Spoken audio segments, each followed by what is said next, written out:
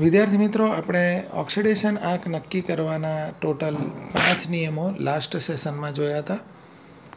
મુક્ત તત્વો માટેનો ઓક્સિડેશન નંબર 0, દ્વિપરમાણુક, ત્રિપરમાણુક, ચતુષ્પરમાણુક, અષ્ટપરમાણુક માટે 0, કોઈપણ સંયોજન માટે 0, નિષ્ક્રિય તત્વો માટે 0, એક પરમાણુય આયનો માટે એના પરના વીજભારને જેનો ઓક્સિડેશન આંક ગણવાનો, બહુપરમાણુય આયનો માટે પણ એના પરના વીજભારને એના ઓક્સિડેશન આંક ગણવાનો, હાઇડ્રોજન માટે પણ આપણે ઓક્સિડેશન આંકના નિયમો જોયા. હવે જોઈએ છે ઓક્સિજન માટેના નિયમો. તો એમાં મુક્ત તત્વ ઓક્સિજન હોય તો ઓક્સિડેશન નંબર 0, દ્વિપરમાણુક ઓક્સિજન હોય તો ઓક્સિડેશન નંબર 0, ત્રિપરમાણુક ઓક્સિજન હોય તો પણ ઓક્સિડેશન નંબર 0 ગણીએ છીએ. સામાન્ય સંજોગો અથવા તો સામાન્ય સંયોજનોમાં ઓક્સિજનનો ઓક્સિડેશન નંબર -2 લેવાનો છે. આવા સામાન્ય સંયોજનો છે H2O, CaCO3, CaO, Na2SO4 વગેરે, જેમાં ઓક્સિજનનો ઓક્સિડેશન નંબર -2 લેવાનો. ત્યારબાદ પેરોક્સાઇડ સંયોજનોમાં ઓક્સિજનનો ઓક્સિડેશન નંબર -1 લેવાનો છે, જેમ કે Na2O2, H2O2, CrO5, BaO2. આ બધા પેરોક્સાઇડ સંયોજનો છે જેનો અભ્યાસ આપણે આગળ કરીશું. તો એ દરેકમાં ઓક્સિજનનો ઓક્સિડેશન નંબર -1 લઈશું. સુપર ઓક્સાઇડ સંયોજનો, એમાં ઓક્સિજનનો ઓક્સિડેશન નંબર -1/2 લેવાનો છે.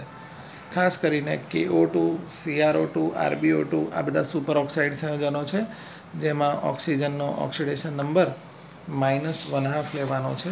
વિદ્યાર્થી મિત્રો, અહીંયા આપણે જોઈ લઈએ કે સુપર ઓક્સાઇડ સંયોજનો શું છે. તો સમૂહ 1ના પોટેશિયમ, રૂબિડિયમ અને સીઝિયમ જ્યારે ઓક્સિજન સાથે જોડાય ત્યારે KO2, RbO2 અને CSO2 જેવા સંયોજનો બનાવે છે, જેને આપણે સુપર ઓક્સાઇડ સંયોજનો કહીએ છીએ, જેમાં ઓક્સિજનનો ઓક્સિડેશન નંબર -1/2 લેવાનો હોય છે. ઓક્સીફ્લોરાઇડ સંયોજનો, જેમાં ઓક્સિજન એ ફ્લોરિન સાથે જોડાય છે. એવા કિસ્સામાં ફ્લોરિન ઓલવેઝ વિદ્યુત ઋણતા વધારે હોવાથી એનો ઓક્સિડેશન નંબર તો -1 લેવાનો હોય છે. એને અનુલક્ષીને ઓક્સિજનનો ઓક્સિડેશન નંબર પોઝિટિવ થાય તો જ સંયોજન વિદ્યુત ભારની દ્રષ્ટિએ તટસ્થ થાય. દાખલા તરીકે અહીં OF2માં એક ફ્લોરિનનો ઓક્સિડેશન નંબર -1 ગણીએ તો 2 ફ્લોરિનનો -2 થાય તો સંયોજનને બેલેન્સ કરવા માટે એક ઓક્સિજનનો +2 જોઈએ.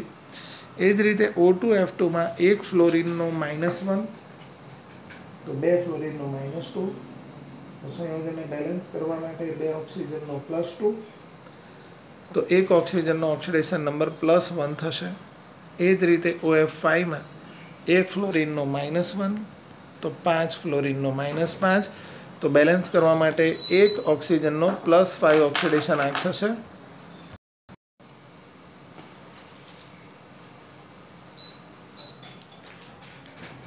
ત્યારબાદ હેલોજન માટેના ઓક્સિડેશન આંકની ચર્ચા કરીએ. હેલોજન તત્વોમાં ફ્લોરિન, ક્લોરિન, બ્રોમિન, આયોડિન અત્યારે લઈએ. તો મુક્ત તત્વ હેલોજન હશે તો ઓક્સિડેશન આંક 0, નિયમ નંબર 1 પ્રમાણે. દ્વિપરમાણુક F2Cl2Br2I2 માટે પણ ઓક્સિડેશન આંક 0. ફ્લોરિનની વાત કરીએ તો એની વિદ્યુત ઋણતા હેલોજન તત્વોમાં અને સમગ્ર આવત કોષ્ટકમાં સૌથી વધારે છે. એટલે ફ્લોરિન કોઈકની સાથે જોડાશે તો એનો ઓક્સિડેશન નંબર ઓલવેઝ -1 લેવાનો થશે. જ્યારે ક્લોરિન, બ્રોમિન, આયોડિન અન્ય તત્વો સાથે જોડાય ત્યારે એના ઓક્સિડેશન નંબર -1 થી લઈને +7 સુધીની કોઈ પણ એકી સંખ્યાઓ હોઈ શકે. દાખલા તરીકે Cl2O લઈએ તો અહીં Cl2Oમાં ઓક્સિજનનો ઓક્સિડેશન નંબર -2 લઈએ તો સંયોજનને બેલેન્સ કરવા માટે 2 ક્લોરિનનો ઓક્સિડેશન નંબર +2 લેવો જોઈએ. એટલે કે એક ક્લોરિનનો ઓક્સિડેશન નંબર +1 થશે. એ જ રીતે પોટેશિયમ પરક્લોરેટ KClO4ની વાત કરીએ તો એક ઓક્સિજનનો -2 એટલે 4 ઓક્સિજનનો -8. પોટેશિયમ સમૂહ 1નું તત્વ એટલે +1 તો -8 અને +1 એટલે -7 તો બેલેન્સ કરવા માટે એક ક્લોરિનનો ઓક્સિડેશન આંક +7 જોઈશે. એ જ રીતે સોડિયમ ક્લોરેટ NaClO3 એની અંદર પણ એક ઓક્સિજનનો ઓક્સિડેશન નંબર -2 એટલે 3 ક્લોરીનનો -6, એક સોડિયમનો +1. તો ક્લોરીનને +5 ઓક્સિડેશન નંબર હોય તો જ સંયોજન વીજભારની રીતે બેલેન્સ થાય. એ જ રીતે આંતર હેલોજન સંયોજનો, જેમાં એક હેલોજન બીજા હેલોજન સાથે જોડાતો હોય એવા સંયોજનોને આંતર હેલોજન સંયોજનો કહેવાય. તો એમાં કયા હેલોજનનો ઓક્સિડેશન નંબર નેગેટિવ ગણીશું અને કયાનો પોઝિટિવ? તો જેની વિદ્યુત ઋણતા વધારે છે એનો નેગેટિવ અને જેની વિદ્યુત ઋણતા ઓછી છે એનો પોઝિટિવ ગણવામાં આવે છે. દાખલા તરીકે અહીંયા જે ઉદાહરણો આપ્યા છે એને ધ્યાનથી સમજવાનો પ્રયત્ન કરીએ. તો ClF3 એમાં ફ્લોરિનની વિદ્યુત ઋણતા વધારે એટલે એક ફ્લોરિનનો ઓક્સિડેશન આંક -1 લેવો જોઈએ. તો 3 ફ્લોરિનનો -3 થાય. તો બેલેન્સ કરવા માટે એક ક્લોરિનનો +3 જોઈશે. એ જ રીતે IF7 ફ્લોરિનની વિદ્યુત ઋણતા વધારે એટલે એનો ઓક્સિડેશન આંક -1. તો 7 ફ્લોરિનનો -7 થશે. તો એક આયોડિનનો +7 થાય તો જ સંયોજન વીજભારની રીતે બેલેન્સ થાય. ClBr3 આમાં ક્લોરિનની વિદ્યુત ઋણતા વધારે છે એટલે એક ક્લોરિનનો ઓક્સિડેશન નંબર -1 આવશે. તો 3 બ્રોમિનનો ભેગો થઈને +1 તો એક બ્રોમિનનો +1/3 થશે. Bri3 બ્રોમિનનો ઓક્સિડેશન નંબર વધારે છે એટલે બ્રોમિનની વિદ્યુત ઋણતા વધારે છે એટલે એનો ઓક્સિડેશન નંબર -1 આવશે. તો 3 આયોડિનનો કમ્બાઇન્ડલી ઓક્સિડેશન નંબર +1 આવશે તો એક આયોડિનનો આવશે +1/3. IF5 એક ફ્લોરિનનો -1 તો 5 ફ્લોરિનનો -5 તો એક આયોડિનનો +5 થશે. તો વિદ્યાર્થી મિત્રો આ રીતે આંતર હેલોજન સંયોજનોમાં જે હેલોજન પરમાણુની વિદ્યુત ઋણતા વધારે હોય એનો ઓક્સિડેશન આંક નેગેટિવ આવે અને જેની વિદ્યુત ઋણતા ઓછી હોય એનો ઓક્સિડેશન આંક પોઝિટિવ આવશે. ત્યારબાદ નિયમ નેક્સ્ટ જોઈએ. જ્યારે જુદા જુદા પરમાણુઓ જોડાઈને અણુ બને ત્યારે ઉપર દર્શાવ્યા પ્રમાણે જેની વિદ્યુત ઋણતા વધારે હોય એનો ઓક્સિડેશન નંબર નેગેટિવ આવે અને જેની વિદ્યુત ઋણતા ઓછી હોય એનો ઓક્સિડેશન નંબર પોઝિટિવ આવે. દાખલા તરીકે મિથેનમાં કાર્બનની વિદ્યુત ઋણતા વધારે છે અને કાર્બનની બાહ્યતમ કક્ષામાં 4 ઇલેક્ટ્રોન છે એટલે અષ્ટક પૂર્ણ કરવા 4 મેળવે તો એનો ઓક્સિડેશન નંબર -4 આવે. તો પછી એની સાથે જોડાયેલા 4 હાઇડ્રોજનનો કમ્બાઇન્ડલી ઓક્સિડેશન આંક +4 આવે તો એક હાઇડ્રોજનનો +1 થાય. અને આમ પણ હાઇડ્રોજન જ્યારે અધાતુ સાથે જોડાય ત્યારે એનો ઓક્સિડેશન નંબર +1 આવે છે. એ જ રીતે CCl4 કાર્બન ટેટ્રાક્લોરાઇડ અથવા ટેટ્રાક્લોરોમિથેન એમાં ક્લોરિનની વિદ્યુત ઋણતા વધારે છે એટલે ક્લોરિનનો ઓક્સિડેશન નંબર -1 આવે. એવા 4 ક્લોરિન છે તો -4 ઓક્સિડેશન નંબર થશે. તો બેલેન્સ થવા માટે એક કાર્બનનો +4 ઓક્સિડેશન નંબર થશે. તો વિદ્યાર્થી મિત્રો અહીંયા આપણે જોયું કે જ્યારે બી બે પરમાણુઓ જોડાઈને અણુ બનાવતા હોય ત્યારે જે પરમાણુની વિદ્યુત ઋણતા વધારે હશે એનો ઓક્સિડેશન નંબર નેગેટિવ આવશે અને જેની વિદ્યુત ઋણતા ઓછી હશે એનો ઓક્સિડેશન નંબર ઓલવેઝ પોઝિટિવ આવશે.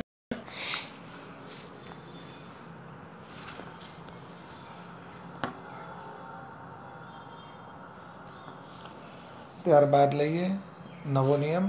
સંકીર્ણ સંયોજનોમાં રહેલા તમામ ઘટકોના ઓક્સિડેશન આંકનો સરવાળો એટલે સંકીર્ણ સંયોજન અથવા તો સંકીર્ણ આયનનો ઓક્સિડેશન આંક ગણવો. દાખલા તરીકે COCO6 અહીંયા પ્રથમ CO જે છે એ કોબાલ્ટ છે અને CO6 એ કાર્બોનિલ છે. એ વીજભારની રીતે તટસ્થ છે એટલે કોબાલ્ટનો ઓક્સિડેશન નંબર 0, આખા સંયોજનનો પણ 0. નેક્સ્ટ છે CuNH342+, તો એની પર દર્શાવ્યું છે +2 તો એ આખા સંકીર્ણનો ઓક્સિડેશન નંબર +2 થશે. અહીંયા AgNH34+, તો એ સંકીર્ણનો ઓક્સિડેશન નંબર +1 થશે. AlH2O6 તો એમાં સંકીર્ણનો ઓક્સિડેશન થશે.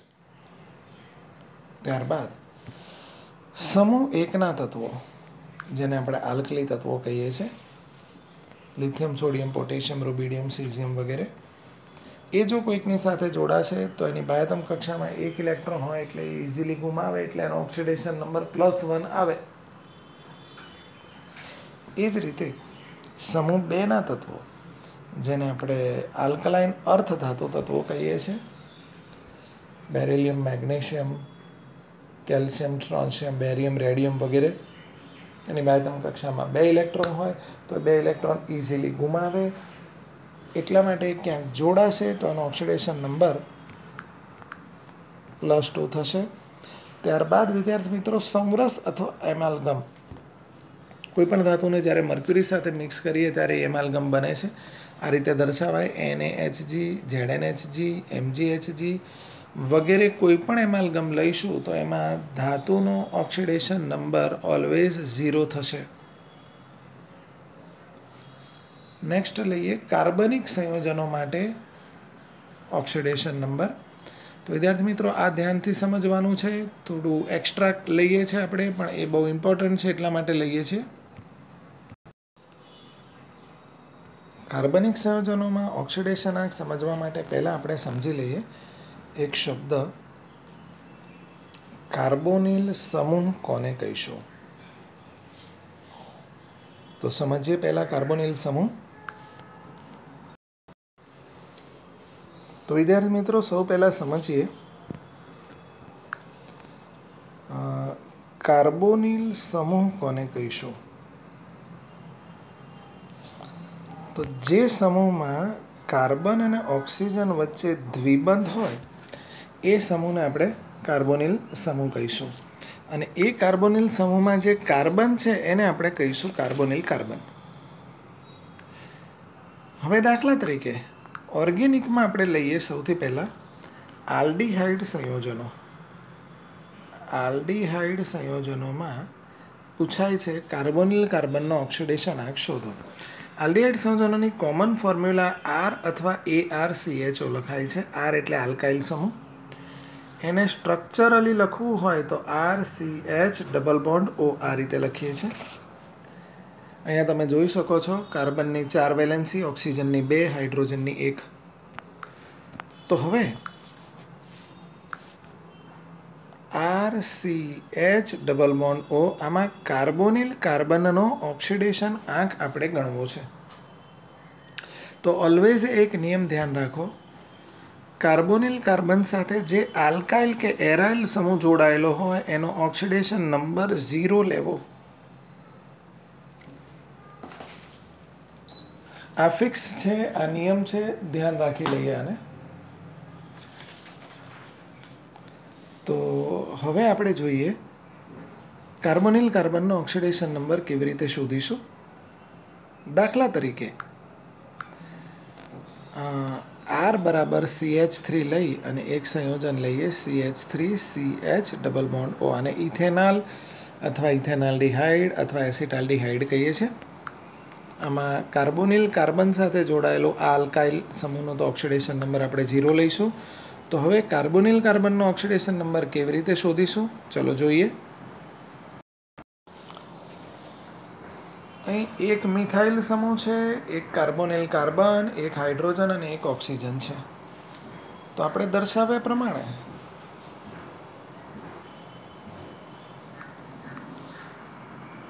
કાર્બોનિલ કાર્બન સાથે જોડાયેલા આલ્કાઇલ સમૂહનો ઓક્સિડેશન નંબર આપણે 0 લીધો. કાર્બનનો આપણે શોધવો છે. હાઇડ્રોજન અર્ધધાતુ સાથે છે એટલે +1, જનરલી ઓક્સિજન -2. સાદુરૂપ આપતા આપણને ખબર પડશે કે C - 1 = 0 એટલે C = +1. તો અહીંયા આલ્ડીહાઇડ સંયોજનોમાં કાર્બોનિલ કાર્બનનો ઓક્સિડેશન નંબર +1 આવ્યો.